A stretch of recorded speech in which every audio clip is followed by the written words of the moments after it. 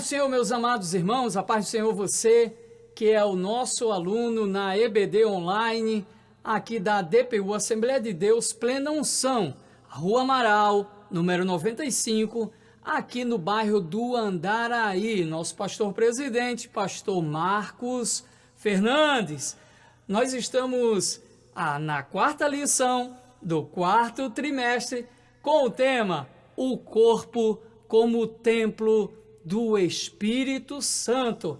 Não deixa de convidar, de compartilhar, de dar o seu like, de curtir, porque nós temos muitas realidades interessantes para esta lição, ok? O texto áureo se encontra em 1 Coríntios. Abra sua Bíblia, se assenta aí um minutinho, porque só são 20 minutos que nós ficamos aqui dando um norte para que você possa chegar aí na EBD presencial, firme, forte, sabendo quase tudo da nossa lição, ok? Então, o texto áureo da nossa lição fica em 1 Coríntios capítulo 6, o verso 19, que diz assim: Ou não sabeis que o vosso corpo é o templo do Espírito Santo, que habita em vós, proveniente de Deus, e que não sois de vós mesmos? É uma pergunta, vou repetir. Ou não sabeis que o vosso corpo é o templo do Espírito Santo que habita em vós, proveniente de Deus, e que não sois de vós mesmos? 1 Coríntios, capítulo 6, o verso 19.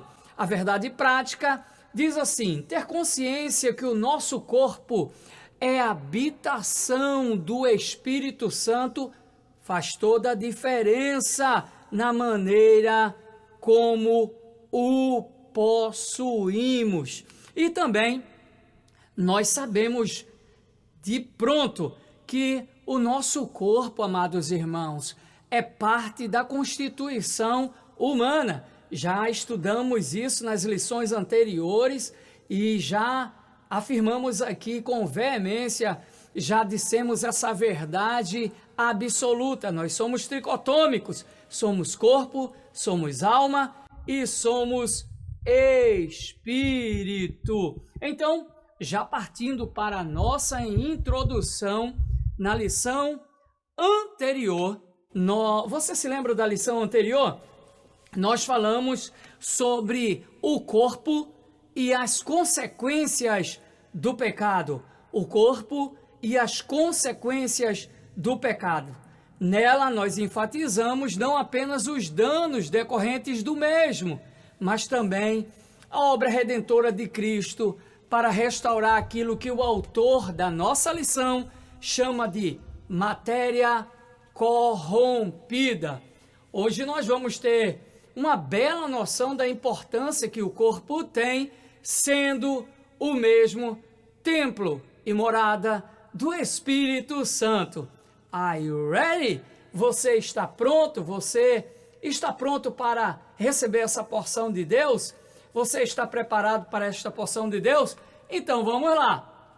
O primeiro ponto da nossa lição, nós encontramos tão somente no primeiro ponto, corpo, propriedade e habitação divina. Corpo, propriedade e habitação divina. O que vamos afirmar agora, amados irmãos, é mais do que suficiente para entendermos o primeiro ponto da nossa lição, tá? Não pode haver salvação, redobre a sua atenção agora para esta realidade.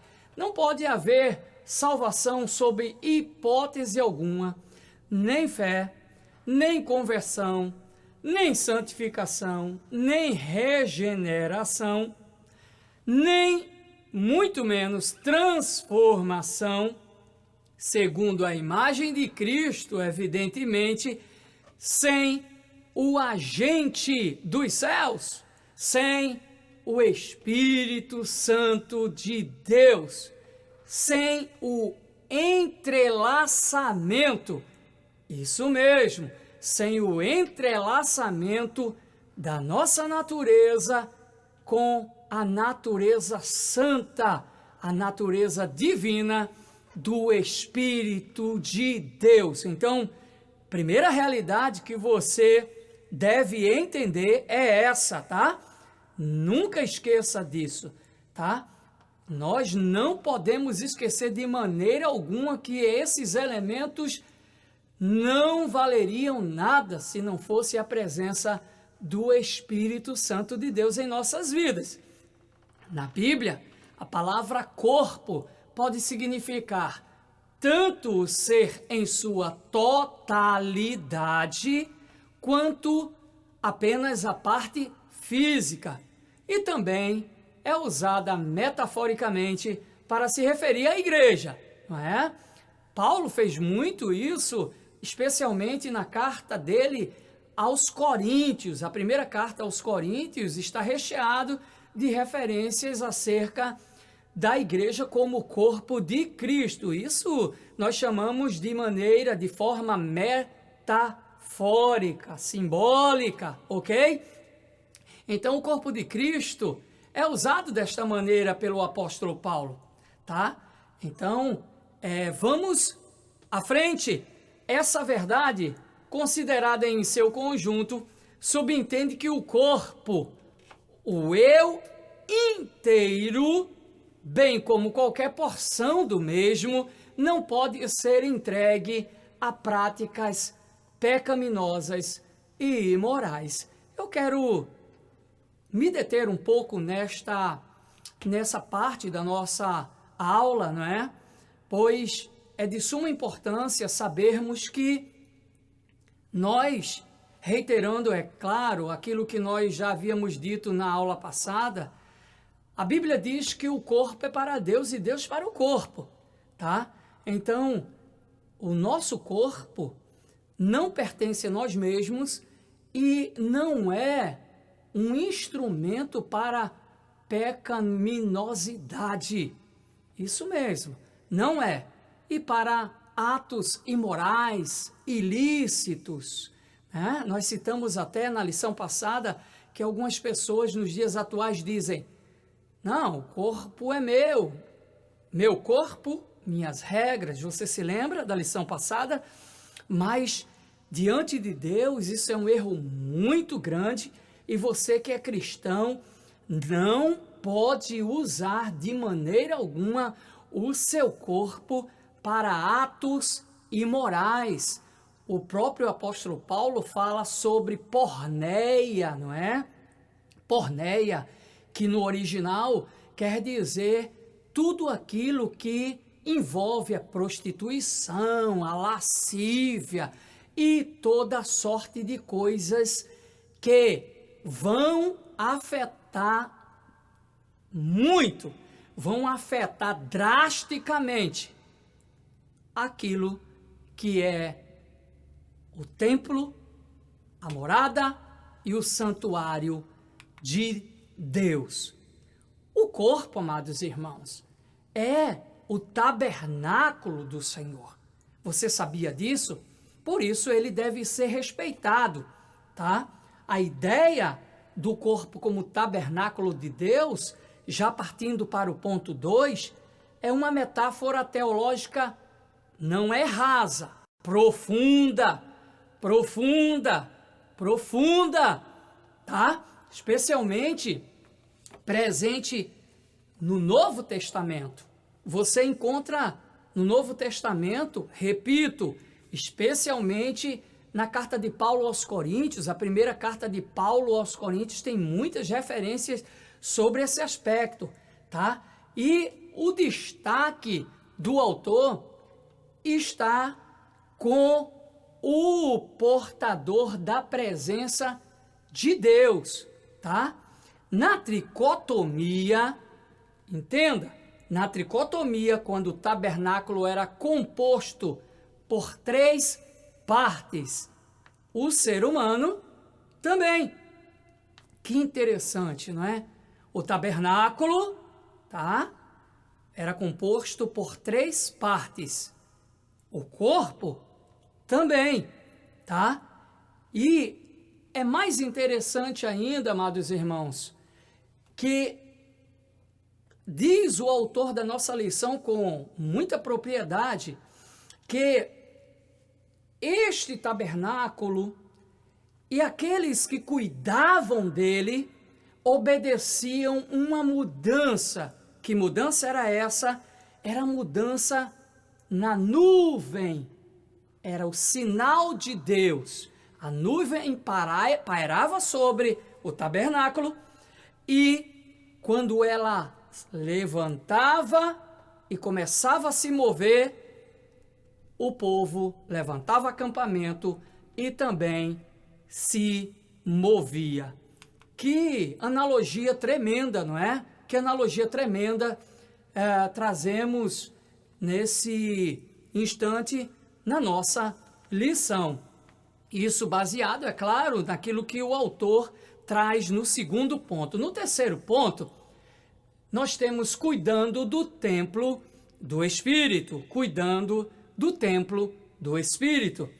O terceiro e último ponto da nossa lição fala da responsabilidade pelo qual devemos tratar o templo do Espírito. Você é uma pessoa responsável pelo templo do Espírito Santo, que é o teu corpo? Fica aí a pergunta. Por ser a morada de Deus, amados irmãos, o corpo deve ser tratado com respeito, pureza e santidade, tá? Como dissemos antes, como é que eu faço isso, pastor Radamés? Ora, nós podemos evitar práticas que venham profanar, tá? A imoralidade sexual, tá? Que é vista, é claro, já disse isso aqui, é vista como um pecado contra o próprio corpo. Você vai encontrar em 1 Coríntios, capítulo 6, o verso 18, algo enfático, emblemático em relação a esse aspecto. Podemos até citar para você. Vamos citar. Fugir da fornicação. Todo pecado que o homem comete é fora do corpo, mas o que fornica peca contra o seu próprio corpo. O que fornica peca contra o seu próprio corpo. Outro texto que poderíamos, ou podemos, na verdade, destacar, é Romanos capítulo 12, o verso 1. E aí vai ampliar muito mais, né, a responsabilidade que temos em relação ao templo de Deus, tá? Rogo-vos, pois, irmãos, pela compaixão de Deus. Paulo está dizendo, olha, eu faço isso rogando. E rogar é diferente de um pedido simples, comum. Eu quero rogar, sabe, aquela coisa mais profunda. Rogo aos irmãos, pela compaixão de Deus, por favor me ouçam, que apresenteis os vossos corpos em sacrifício vivo, santo e agradável a Deus, que é o vosso culto racional. Eu vou citar a última parte do versículo para que tenhamos a dimensão do que Paulo está falando. Apresenteis os vossos corpos em sacrifício vivo, santo e agradável a Deus, que é o nosso culto racional. A pergunta que não quer calar é a seguinte: como o corpo pode se tornar um sacrifício? Como, pastor Radamés? Não estou entendendo. Como o meu corpo pode se tornar um sacrifício? Bem, vamos lá. Deixe que o olho não veja nada mal, e ele se torna um sacrifício. Permita que a língua não diga nada vergonhoso, e ela se torna uma oferta a Deus. Deixe que a mão não faça nada ilegal. E aí, ela se torna uma oferta em holocausto. Não, isto não é suficiente, mas precisamos ter a prática ativa do bem. A mão precisa dar esmolas, tá? Não é apenas deixar de fazer, mas fazer aquilo pelo qual está escrito na palavra de Deus. Aí, completa, não é? Essa realidade se completa quando nós damos esmolas. A boca precisa abençoar em lugar de amaldiçoar. O ouvido precisa dar atenção sem cessar aos ensinamentos divinos. E aí a pergunta que não quer calar é: a quem nós estamos dando ouvidos? Tá? Uma boca e uma mão, olhos e os membros que trabalham em função das coisas de Deus e de agradar a Deus, com certeza é um sacrifício vivo, santo e agradável a Deus.